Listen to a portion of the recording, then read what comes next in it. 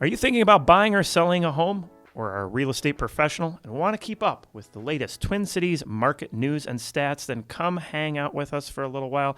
Hi, I'm Kirk Duckwall, and would like to welcome Erica Carlson. Thank you for coming in. Thank you. And Chad Priebe. Thank you for good to coming see you in. both.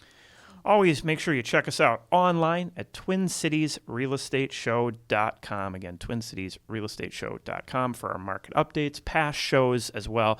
I mean, we've got quite a database of shows that have built up. So pretty much anything, everything, Twin Cities, real estate related, just real estate related, I guess maybe.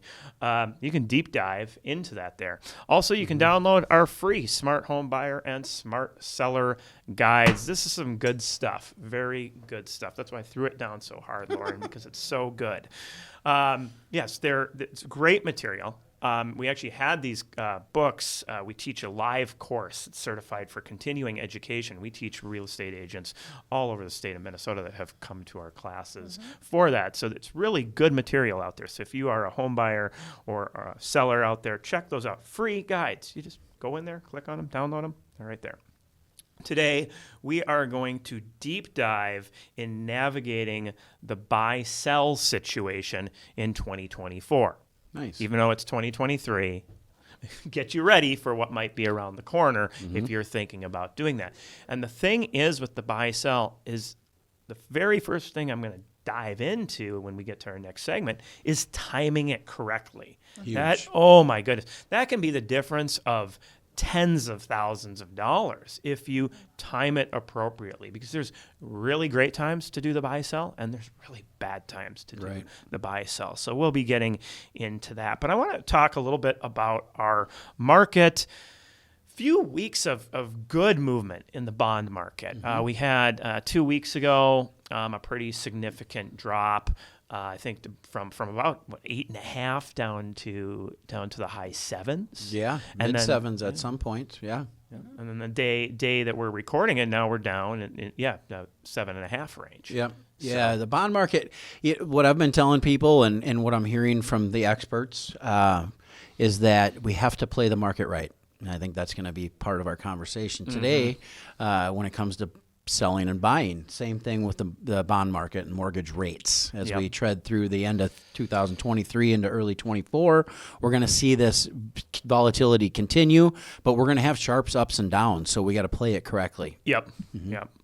I know, that's what, looking at the forecasts, my rate predictor shows some, big up and down. Overall trend down, but there's going to be some timing of that in there. Yep. So as far as our market, people hear rates. Oh, good, they're coming down. Buyers are like, oh, this is good. We see mortgage application rates going up. That was something I looked at last week. It's like, rates come down, mortgage apps go up. Well, it's not as good as it sounds. It's almost like a pickled flavored cake, right? Looks good on the front. Oh, rates are down. Well, what's happening is the stars are starting to align for sellers, actually, because this drop in rates, we're seeing inventory now coming down at a faster pace because the buyers are engaging into the market. So supply and demand, with the lower rates, the demand is going to start to move up. Again, good thing for sellers. We're probably going to see a pretty amazing January, February, March market time. Right. But beware, sellers, don't wait too long. If you wait until it's green, you're going to miss out on some green, as I always say. So let's go over some of those data points. New listings into the marketplace ended up ticking back up a little bit, 1,001 up to 1,048 in the Twin Cities area. However, there was like a major drop the week before. So it's not like listings are moving up consistently. The overall trend, again, is down at this time of year. In comparison, or 3 month in comparison to last year, we're only down 1.5% on total listings. So we're tracking very similar to last year. Pending sales, though, when we saw rates go down, as I mentioned, they ticked back up, went from 700 up to 761. And inventory of homes with the overall drop. Now, keep in mind that sometimes you hear new listings and then pending sales being lower than that new listings. Like, well, why wouldn't inventory be coming up? Well, you have canceled listings in there and expired listings in there, right? And that can sometimes pull the inventory down, right? People are just like, oh, it's the fall, nobody's going to be buying, which isn't true. Right. People still do. We really do see this big, it's a shift. I would say we go from about 400 or 500 sales a week up to, I think this year we got up to maybe 1,400. Like the hot years, It was up towards 2,000 something, right? Right. But we have this 1,000 home swing between the peak times and the slow times, but there's still always homes selling out there. So inventory of homes was at 8,959, drops down to 8,805. So that's the kind of biggest drop we've seen since the peak of the inventory out there. Days on market from the association coming in at 34. Looking at the 1 to 7 pending, though, I think it's more like 28 days on market right now. Yeah. Sometimes with the stuff from the association, like this is data from September, and we're in November, right? So 1 to 7 are about 28 days out there. Looking at showings per listing per week, that did end up dropping back from the high 3s, now down to 2.81.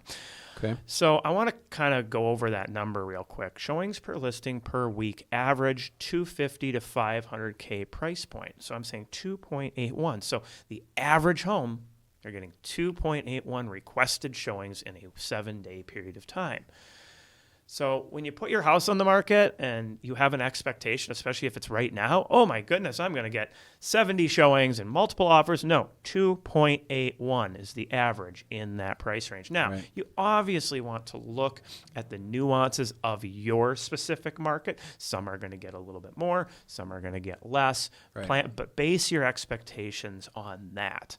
So huge. Well, and I'll insert that in Wright County, which is what I look at the closest. It's saying half of that number isn't quite right, but it is significantly lower than 2 to 3 showings per listing. It's more like 1 to 2. Yeah. And so again, it's where are you? So if you're outside of that metro area, really work with your agent to make sure you're setting your own expectations so you're not disappointed when it is only 1 showing a week. That's normal right now. Or when you get 2 or 3, you should actually be excited, right? That's the thing that throws people off a lot, And I know I was talking with a coworker about, you just have to be careful at this time of year, unless you absolutely have to sell. If you're getting the normal average number of showings and it's happening, you're fine. Yeah. You're going to get an offer. It's when you're getting a big donut. You got to be like, everybody else is getting showings, but I'm not. Right. What's wrong? Right. Yeah. What, where are we? Is it our presentation or is it our pricing? Well, a professional agent, it's not usually going to be a presentation issue. So then you got to look at the pricing piece of it. Right. So the last thing before we get to our break is the market meter. Okay. Another kind of big drop there. I was kind of surprised to see it move that much in 1 week, down from about a 3.5 to a 3.1. So that's a decent drop. Yeah.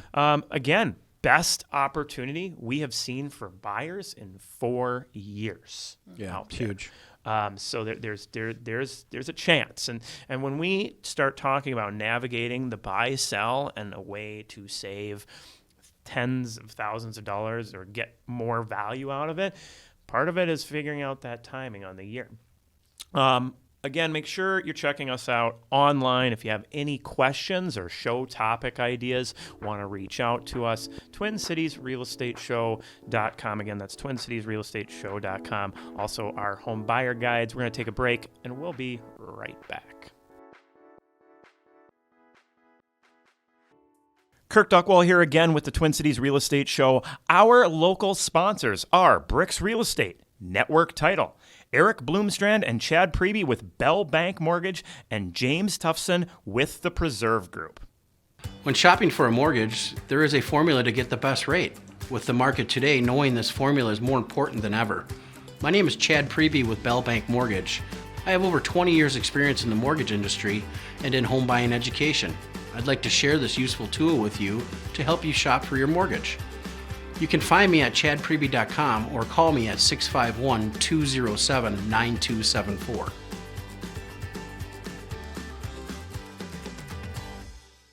Hello, my name is James Topson with the Preserve Group.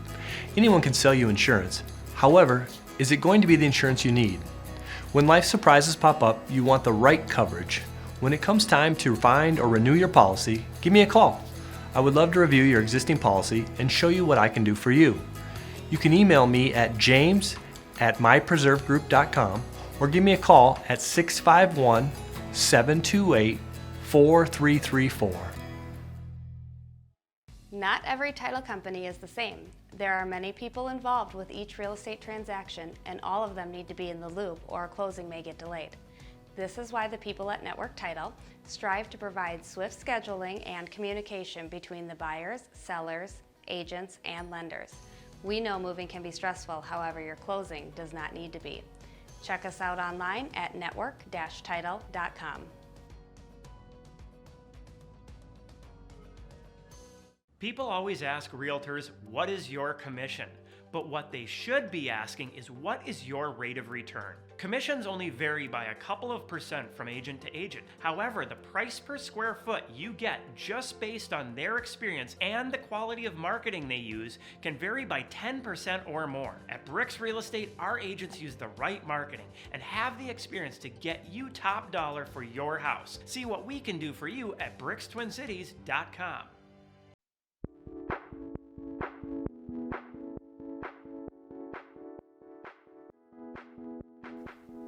Welcome back to the Twin Cities Real Estate Show.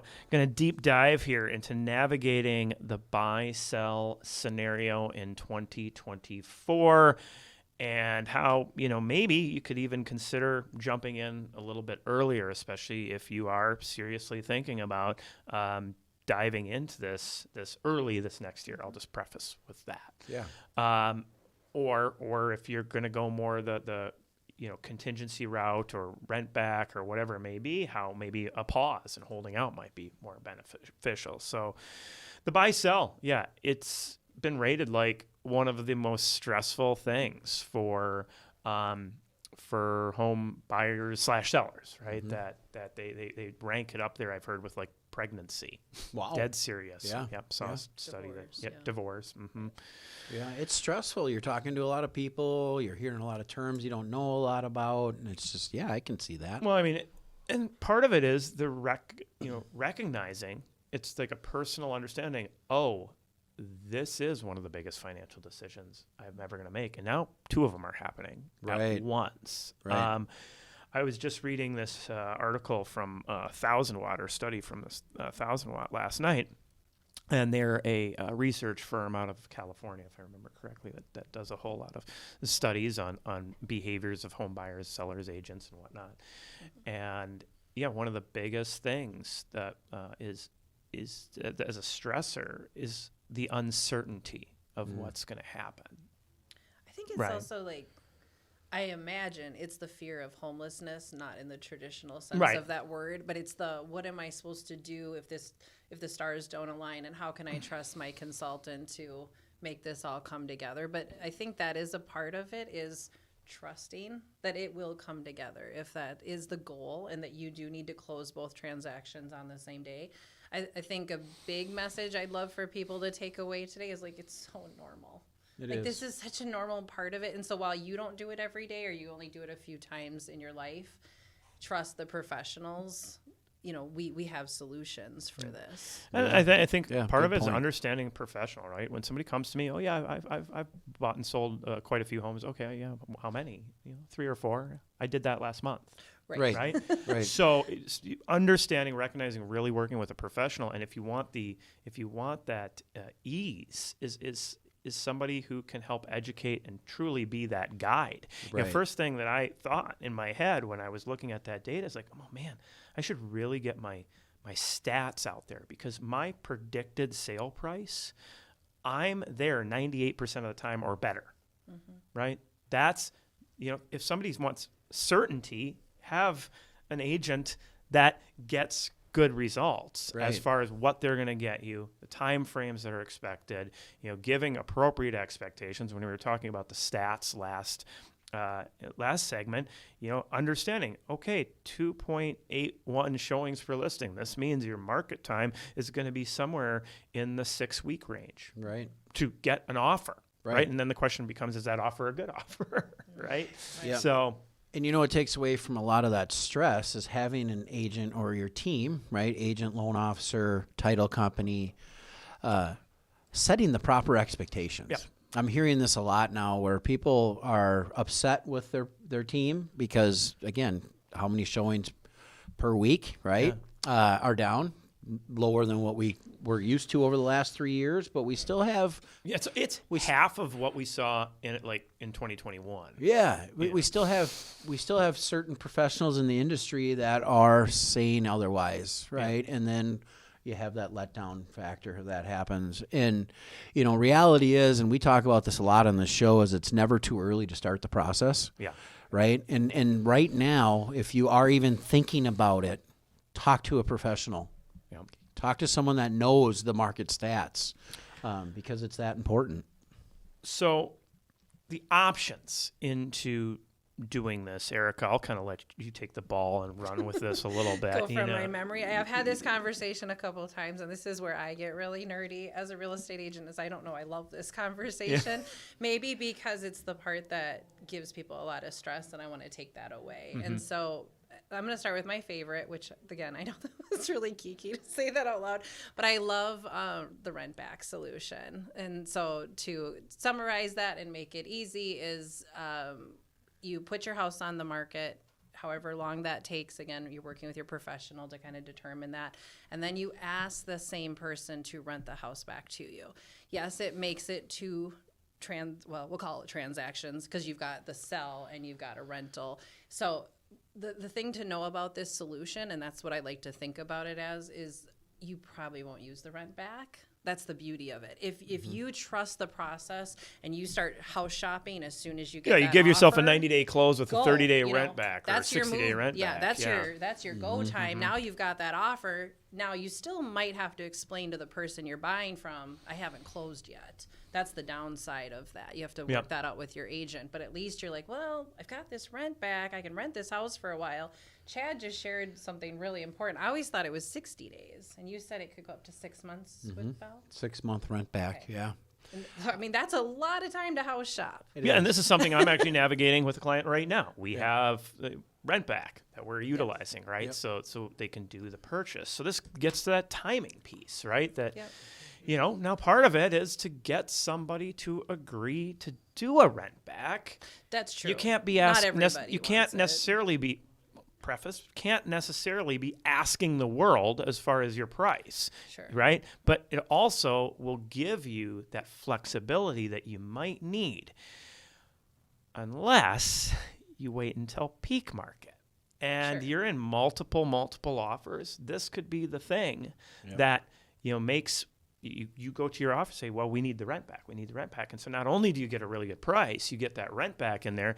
And what's really interesting about that is if you give yourself a 90-day close with a 30-day rent back, 5 months worth of time, that market is going to be in a great position for you during that 90-day period of time, right? To okay, you know what?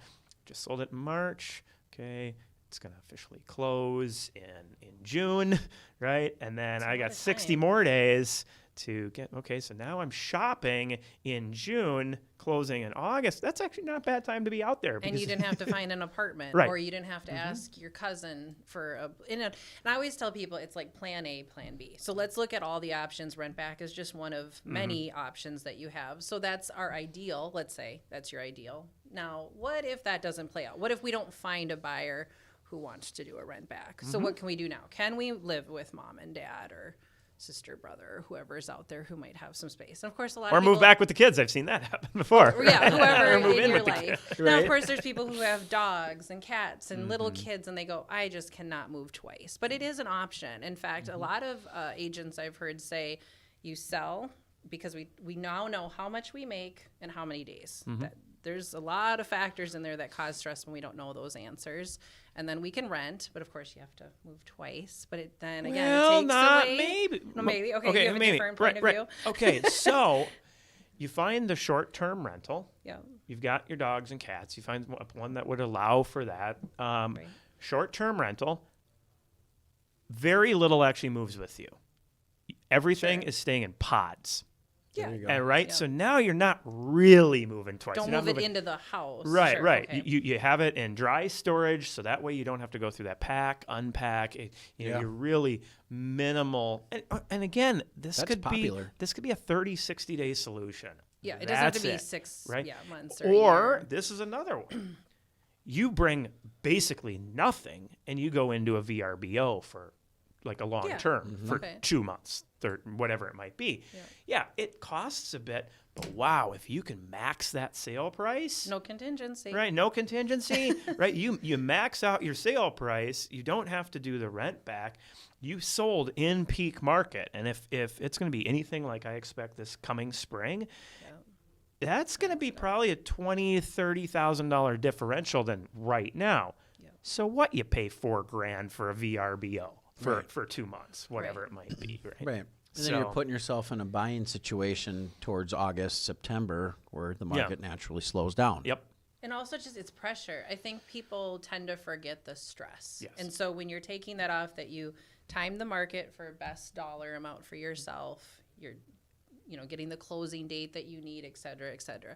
It's just stress. I think people always are focusing on certain components of real estate and forgetting the emotional components. And I think, again, that's where a good professional is going to say, okay, we can do it this way, but it's stressful. Yeah. And is that okay with you? Correct. So That's fine. we've talked about two of the options that I think are great conversations that a lot of people never consider and a lot of agents never talk about. But let's dive into the two, or at least one. The first one that always comes up is, well, can I just, sell or, buy contingent? Yeah. Buy contingent on selling. That's the first thing that we Everybody comes up with that solution. right, that's the very first thing, right? Is the very first thing. Well, the problem is it most of the time, especially in your mid-price range, they're not going to take your offer unless that house has been on the market for 3-5 days more, a week plus, right? Because they don't want that uncertainty either, right? Because now you're starting to line up these dominoes. It becomes tougher. Now, as you go up in price point, you see that amount of contingent sales can go up. Sure.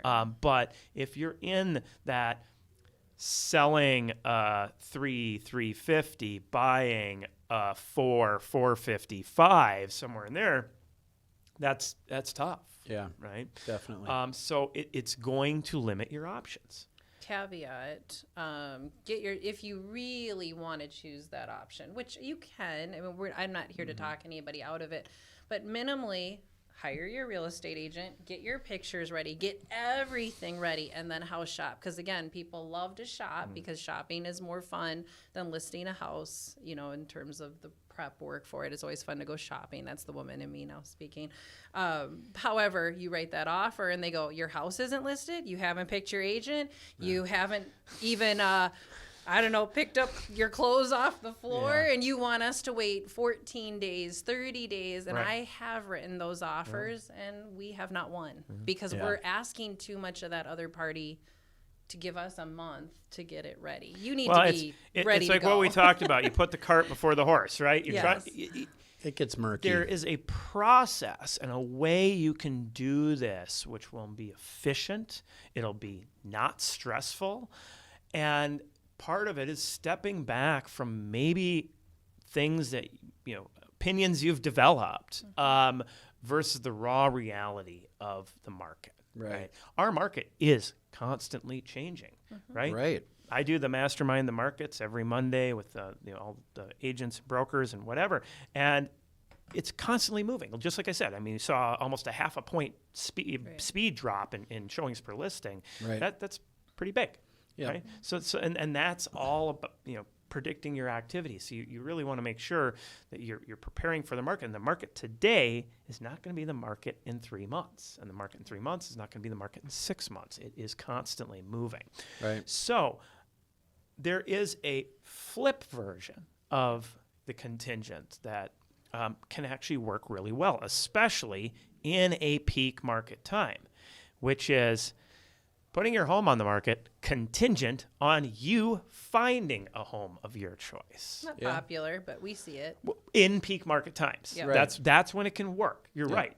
Would I recommend that right now? No. Nope. You're not going to sell your house. You're not going to get showings probably. Right. Yeah, don't lead with that. If that is actually your intention, Yeah. you have to be careful with how soon you tell people that's how I want our Yep. offer situation to go down. That's a hard one. Yeah, it is. But it works. It works in a very fast velocity market, right? So again, you give yourself that long closing, that 90-day close. You kind of push yourself into the later spring market, and you can, and not too late, but like April, mid-April. We've somewhere done in there. that. Yes, Yeah, absolutely. it does work. It does. I was just thinking too, just to piggyback a little bit on the contingent offer. Okay, you and I have one going right now. I think it's closing today, where these folks are moving in from Indianapolis.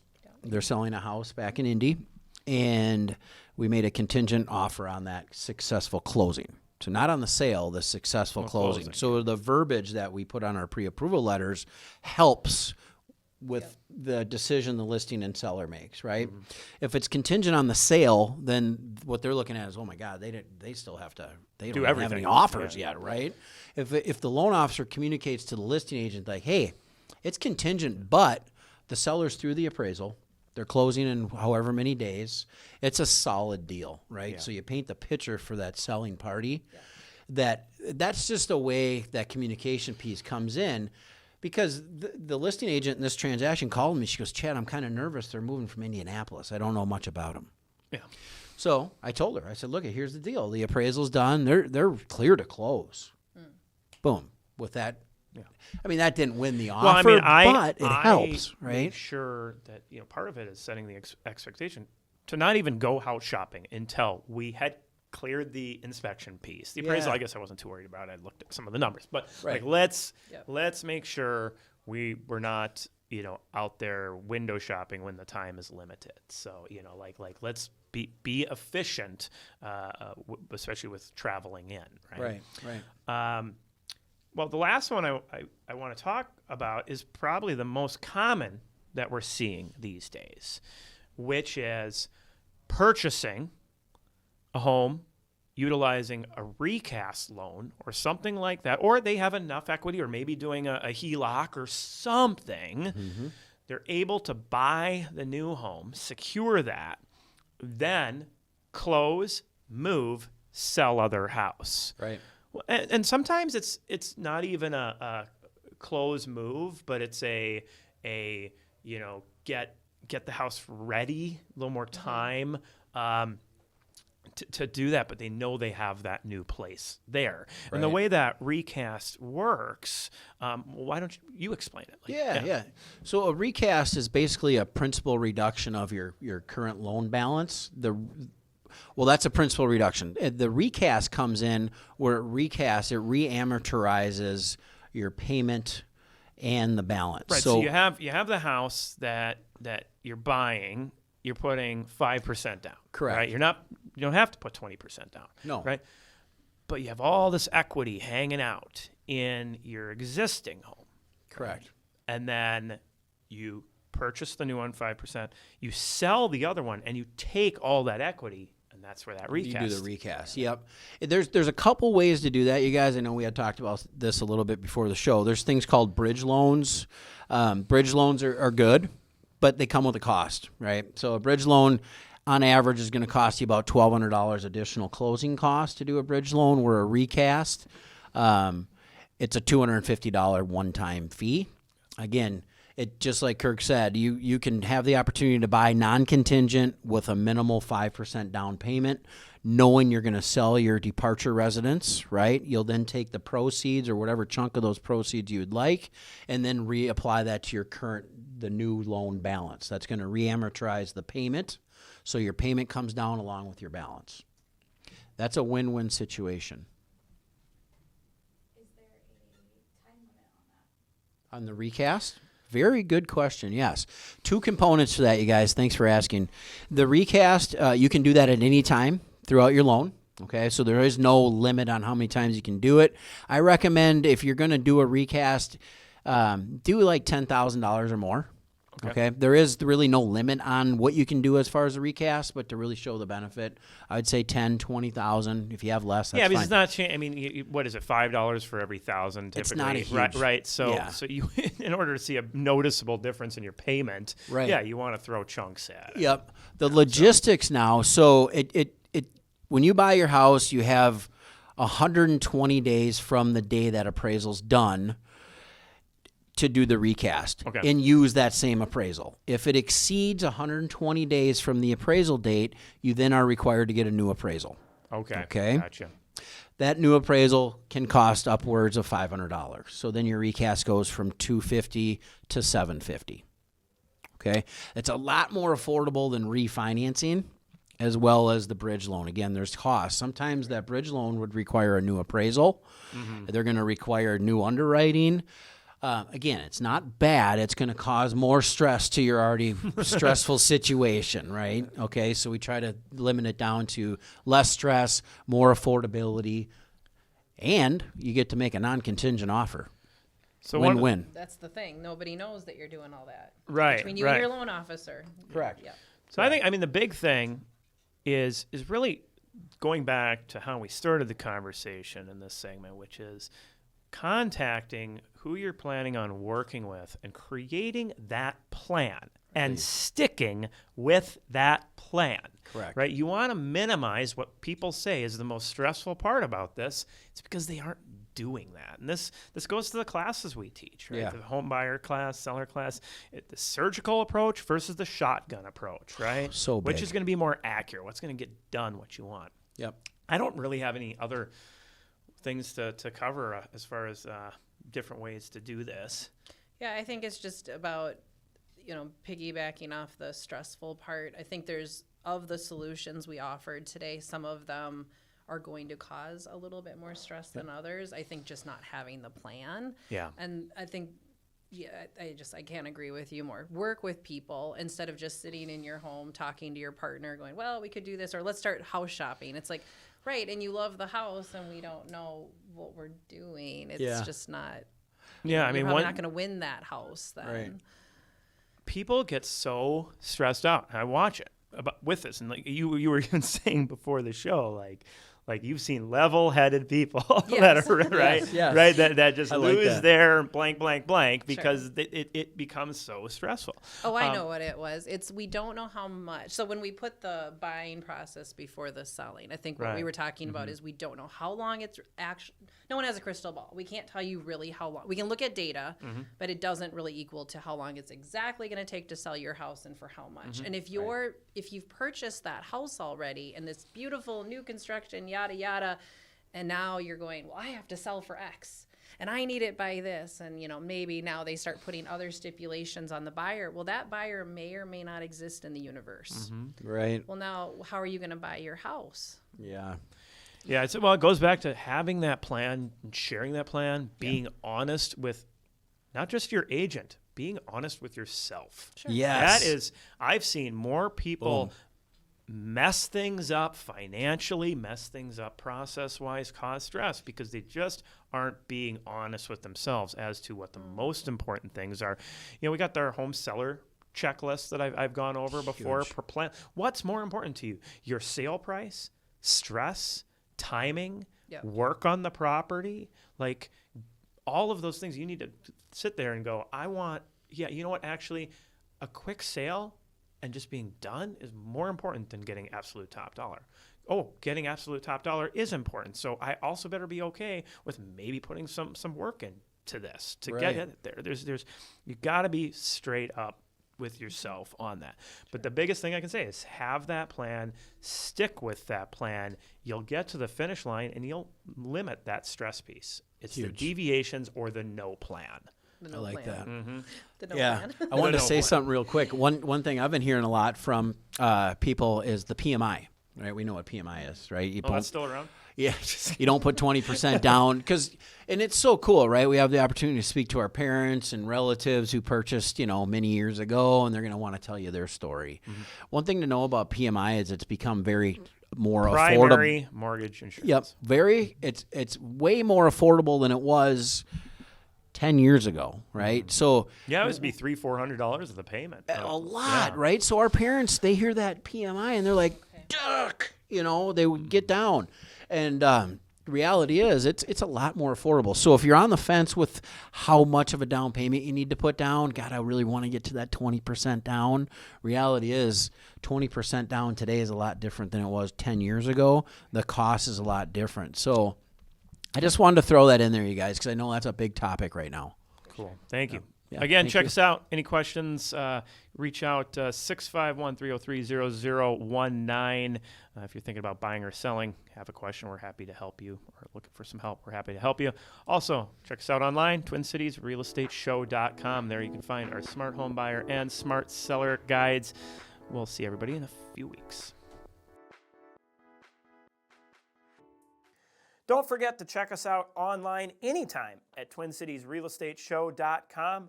There you can find all of our past shows, our weekly market updates, along with the latest and greatest searching and researching tools, and our free publications to include the Smart Home Buyer Guide and the Smart Seller Guide, along with the BRIX Report. All of these free for you. If you have any real estate questions, please feel free to give us a call, 651-303-0019. Again, 651-303-0019. Happy to help answer any of your real estate questions or assist with your real estate needs.